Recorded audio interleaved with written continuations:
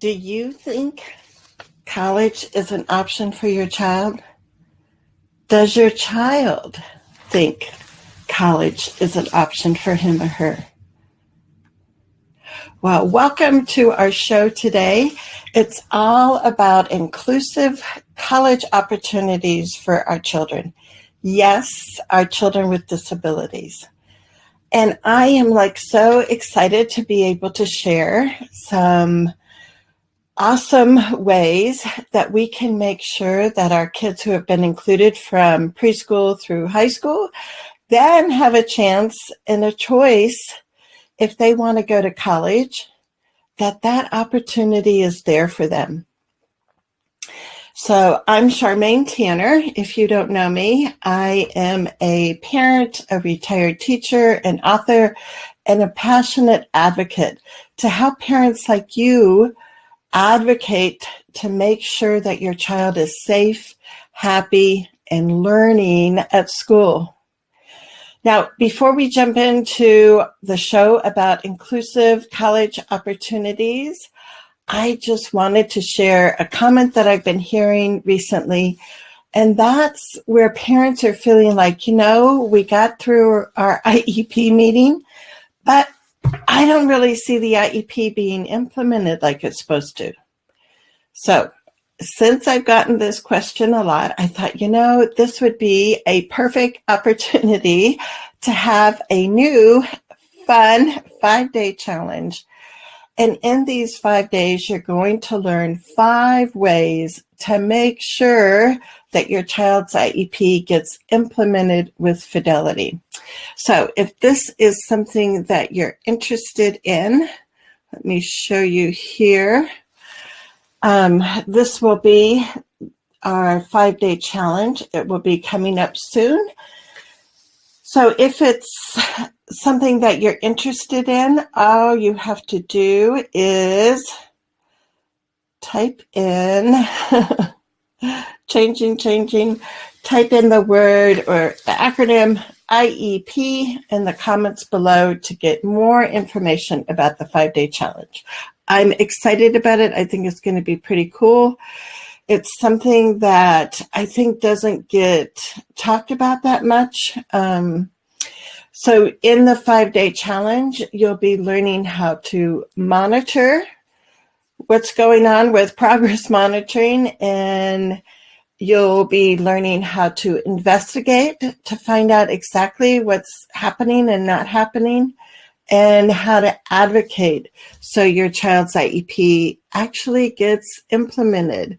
So that's something that I'm excited about. I love 5-day challenges. I think it's a fun way, and it's amazing in those 5 days how we get to know each other. So that's coming up. But back to our regular broadcast about post-secondary options for our kids. Now, I want to get real, just mom to mom here. So when you think about your son or daughter graduating from high school, is there just this tinge of sadness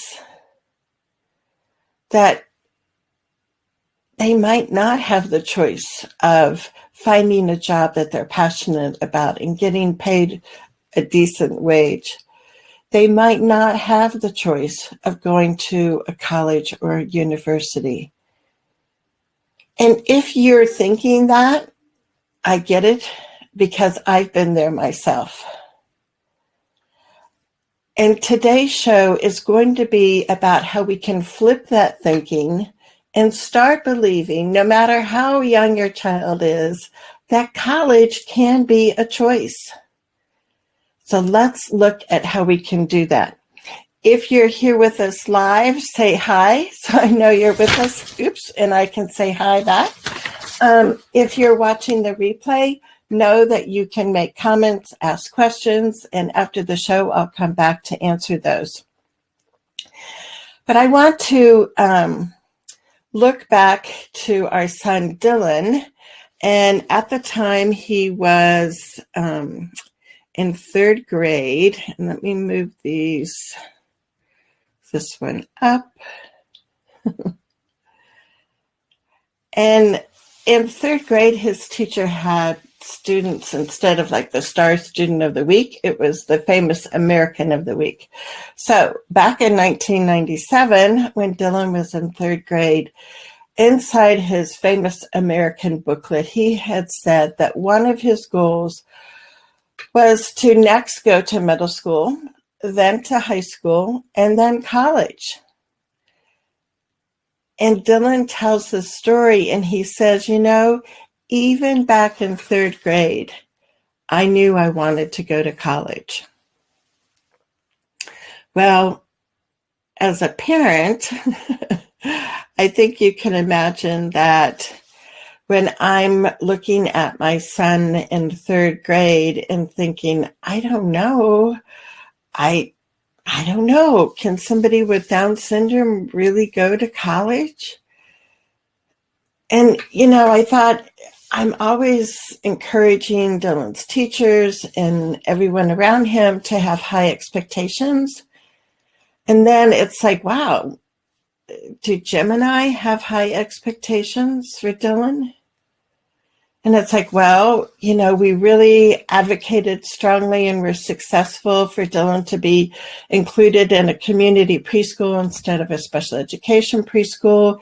He was always included in his other grades. And it's like, but you know what? We never thought college would be something for Dylan.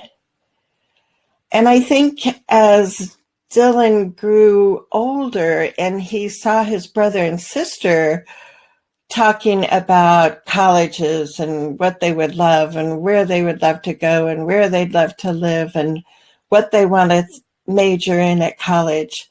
And I thought, I don't think Dylan's necessarily thinking of those things. And guess what? As often happens, as parents, we were wrong. Dylan was thinking of going to college. And I remember that day when we were driving through our small mountain town and taking the route we usually take. And we drove by his old elementary school, and we drove by his middle school, and we drove by his high school. And as we drove by his old elementary school, he put the window down and he leaned out and he yelled, "I'm in." And as we drove by his middle school, he had his window down and he's yelling, "I'm in." And as we drove by the high school, he still had the window down and he was looking over there at the high school saying, "I'm in." And I was just beaming because you could just feel that excited energy from Dylan. And here we were. I was driving him down the mountain pass so he could go to his first day of classes at the University of Colorado in Colorado Springs. So yeah, Dylan hung on to those dreams of going to college, and through lots of advocacy and help from allies like Christy Casa at the university, Dylan was able to go and audit classes at the university for 4 years. Now, there's a whole lot more to the story, as I'm sure you can guess. But what I want to talk to you about is the excitement and the benefits that our kids can get when they have more choices. Now, I'm not saying everybody wants to go to college because not everybody does. But what I am saying is, how can we start creating more inclusive options for our kids? So it's a choice. They don't have to, but if they want to, they know it's possible and they know it can happen. So when I look at Dylan being the first student with Down syndrome to attend classes at the university, it was really pretty cool because there wasn't an official program. So what Dylan did is just as he's done most of his life, is kind of created the path that he wanted. So he looked at things that he was interested in, and those are the classes that he signed up for. So he took everything from ancient history, which was all about Egypt, and I hope I'm live here. I never check my phone. So we want to make sure that we're actually live. That we are actually live. And we are. So yes, if you're here, say hi, and then we can see if you have any specific questions. So the classes Dylan took, they were like ancient history because he loved learning about Egypt. He took classes like rock and roll music. So things that he was interested. So here is Mindy. Hey, Mindy. Glad you're back with us. That's cool to see you. So some of the classes that Dylan took, let me show you here. So he loved watching those NCIS classes or TV shows. So he took an intro to forensics class and then a CSI class after that. So they learned about fingerprints, which was really cool. He took race, gender class. It was a class out of the women's studies department, and he thought he could meet more girls if he took that class. He took different art classes.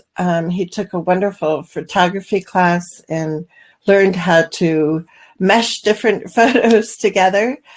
But the point is that he was able to choose classes that he wanted to learn more about.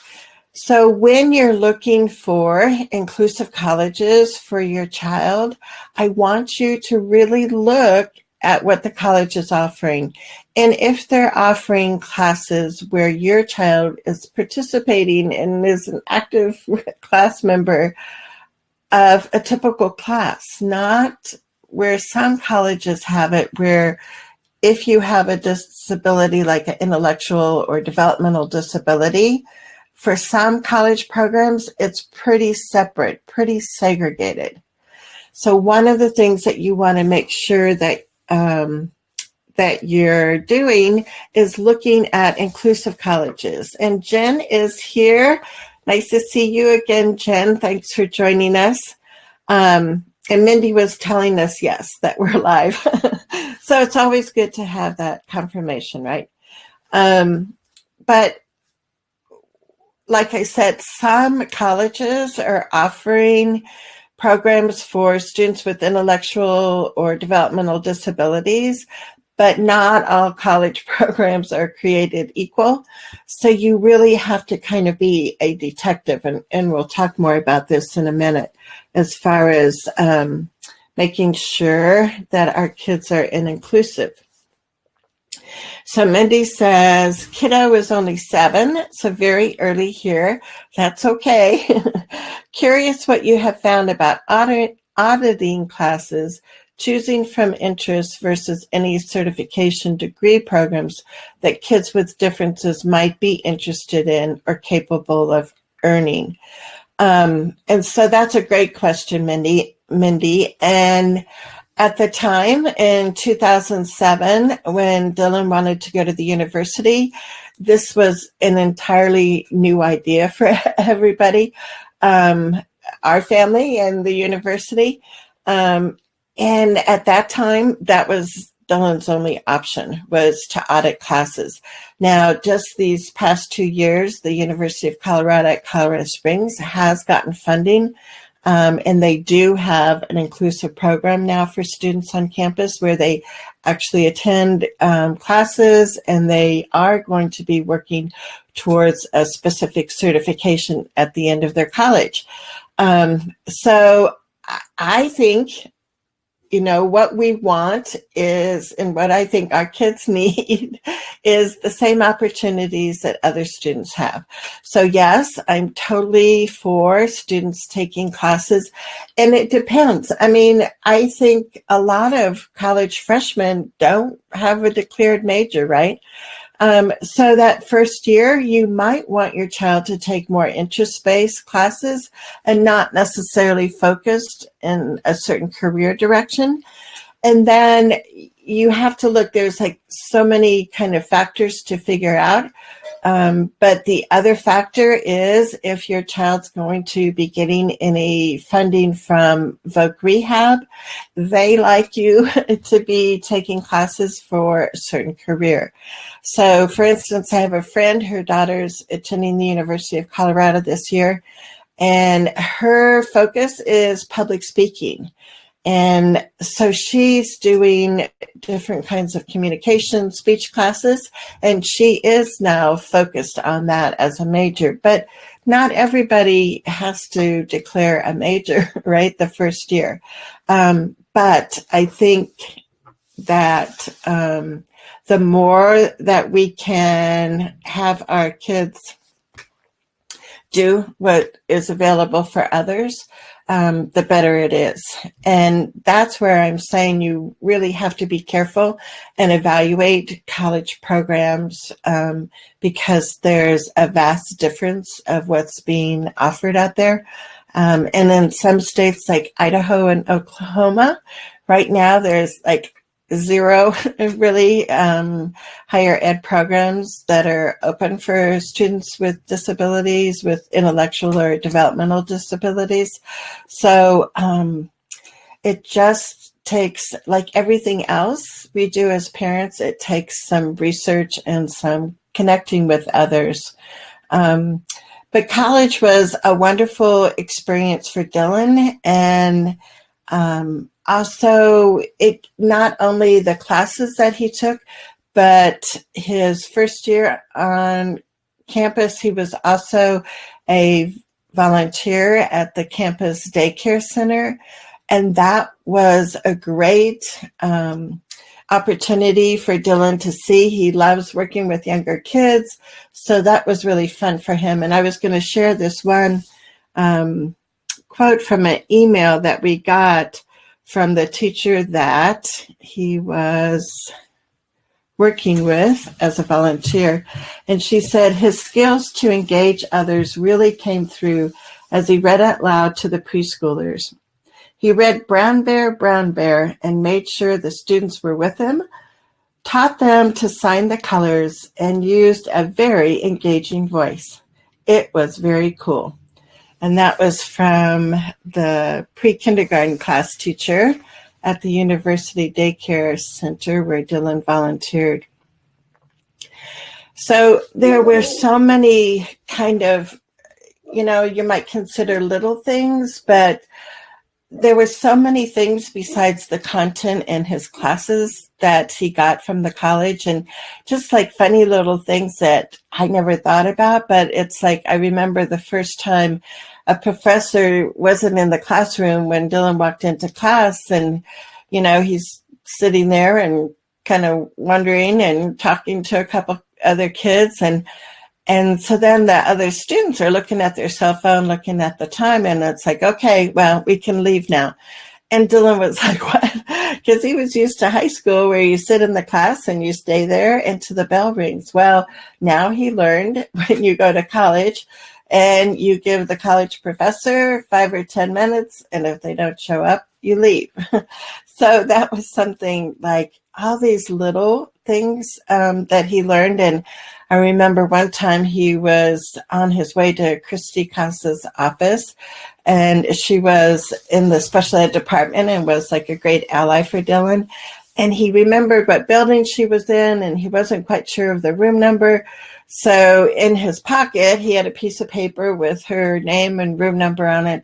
And he was looking at it, and another, college student walked by and said, "Oh, are you looking for somebody? Do you need some help?" And, it was just like all the natural supports that happen at college. It was, something that hopefully is happening for your child now through preschool, through high school, that they're getting natural supports.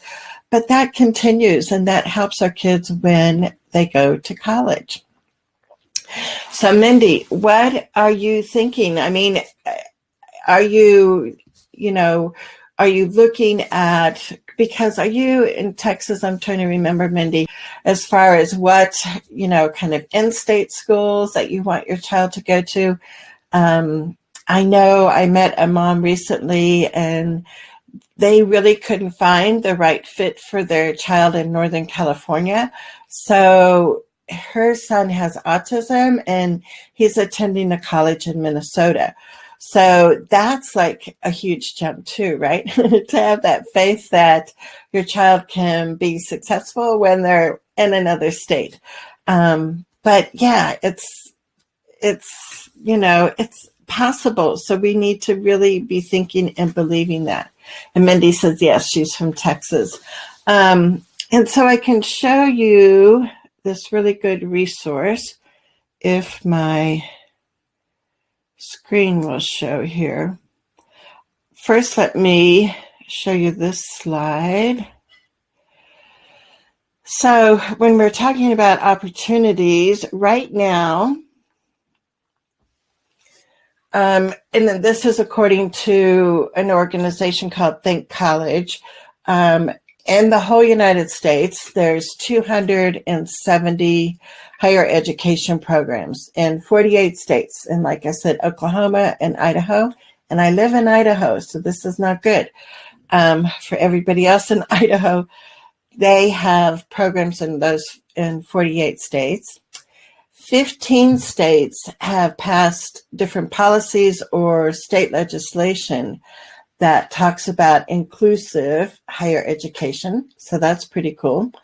And 22 states have state or regional coordination going on. So recently I was in Portland and we had a Northwest region coalition forming, and it was Northern California, Oregon, the state of Washington, and Idaho. And I was the only person from Idaho there, but I was like a sponge soaking up information and figuring out how we can get things started in our state. But Think College is a wonderful kind of go-to resource when you're looking at about inclusive colleges. And so let me see here what Mindy says again. She says, yeah, if you have food for thought about colleges, states that seem to have innovative programs, that would be great. He has autism and probably mild to moderate intellectual disability. So what you can do, Mindy, is go to thinkcollege.net. And I'm going to see if the technology gods are with us. If I can share the actual website. So let's see here. But I have to bring it up. Hold on. Technology. Solo. Think College. So this is Think College's main website. And what you can do is you can go over here where it says College Search and click there. Hopefully this is showing up on our broadcast. And you can search colleges by states. So you can go down here to this map and you see Oklahoma and Idaho don't have anything. The other thing that you'll notice is the East Coast has a lot more options and choices. And when you go out here to the western states, minus California, there's very few options. So if we look down here, Mindy, in Texas, let's see what comes up.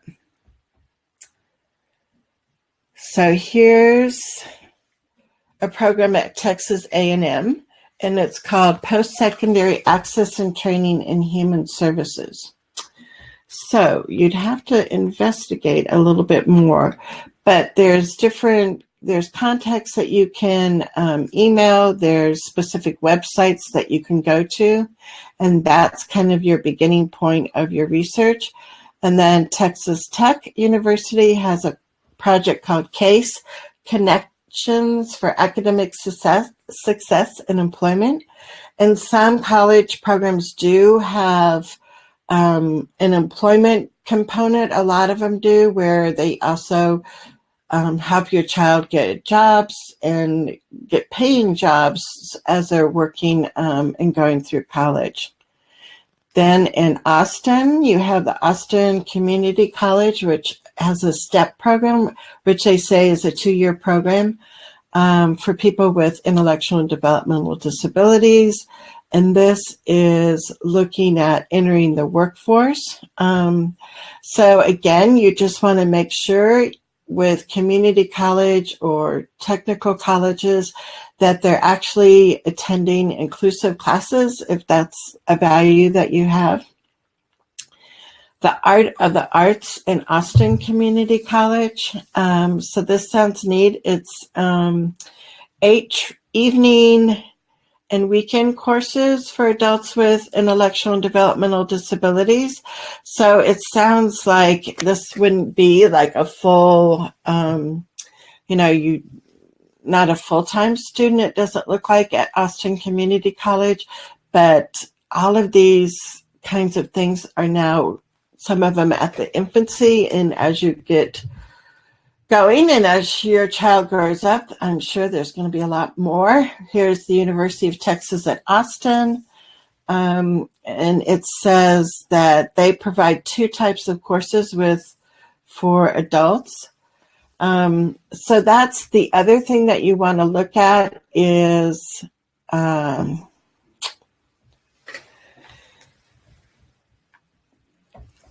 different college programs are set up differently. Like for Dylan, what he did was a transition program. So instead of 18 to 21-year-old, it typically in our district, kids went back. They were super seniors. They took some classes, but then they were out in the community also with a job. Dylan didn't want that. He wanted college. So we used his transition time in college. And so the district supported him by driving him down the mountain pass to get to the university.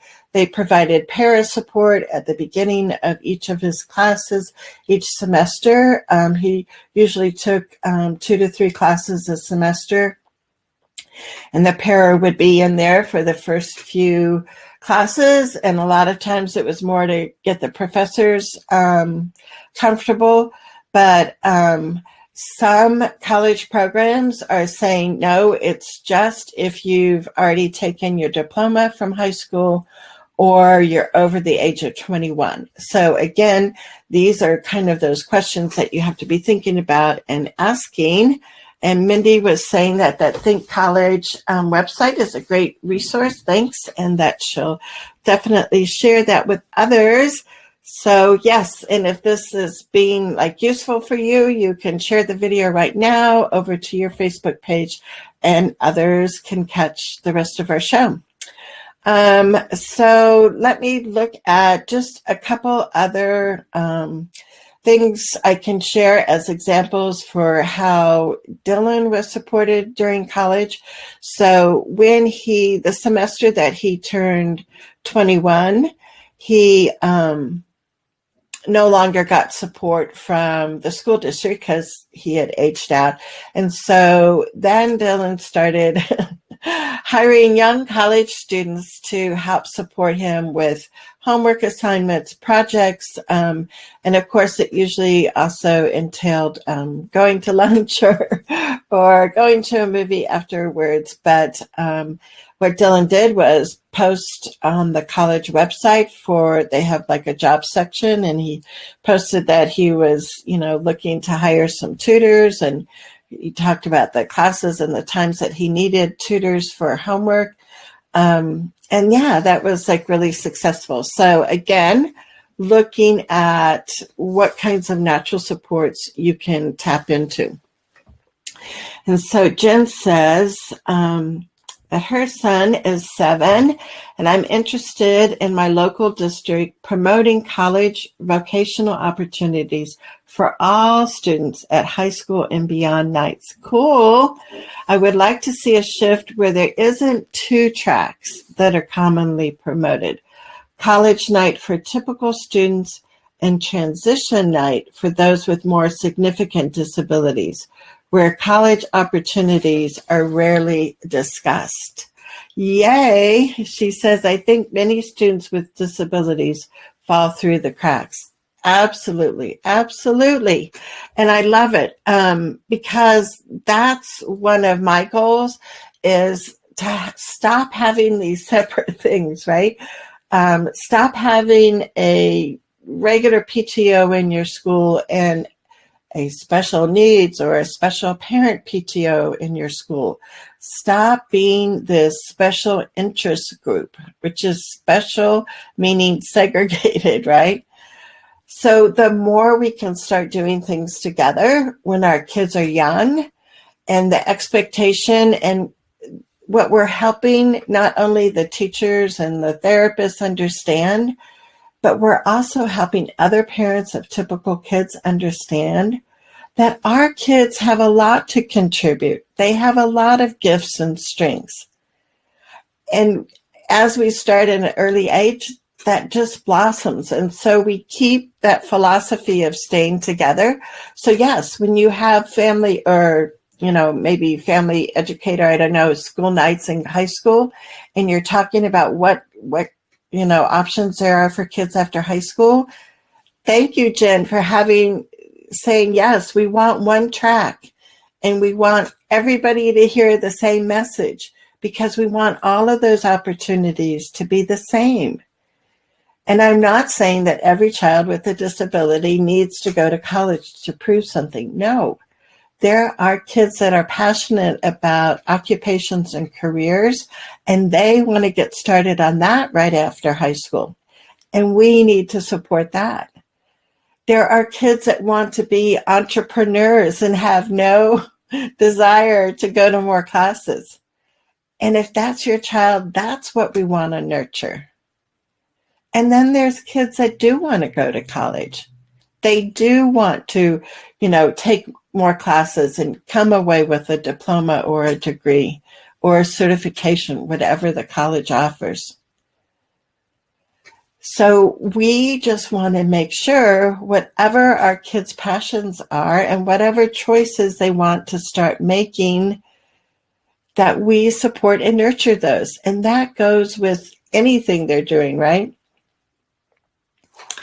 So I'm hoping that today's show is helping you to know that you can start believing and start saving your money for your college kid.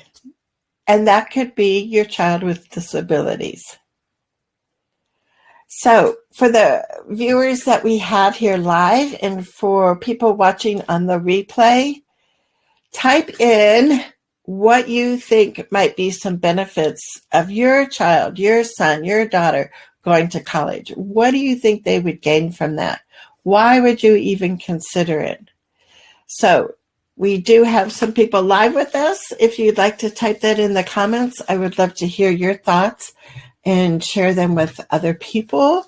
So what do you think would be the benefits to your child if they went to college? Now we should have some background music while you're typing, right? While you're answering that, I want to remind you of a fun 5-day challenge we have coming up. So if you think, yeah, I'd love to have my kid go to college, but I'm trying to figure out elementary school right now, or I'm trying to get my child adjusted to middle school, or we're tackling high school, and you're feeling frustrated because the IEP isn't really being implemented like it's supposed to be. So this 5-day challenge is something that you can participate in, and it's going to be starting very soon. So let me bring up this slide. I want to Make sure you have an opportunity to hear about this. So the challenge is called 5 Ways to Get the IEP Actually Implemented. Yay. Wouldn't that be nice? So if you're interested in that 5-day challenge, just type the word or the acronym, actually, right? IEP in the comments below, and my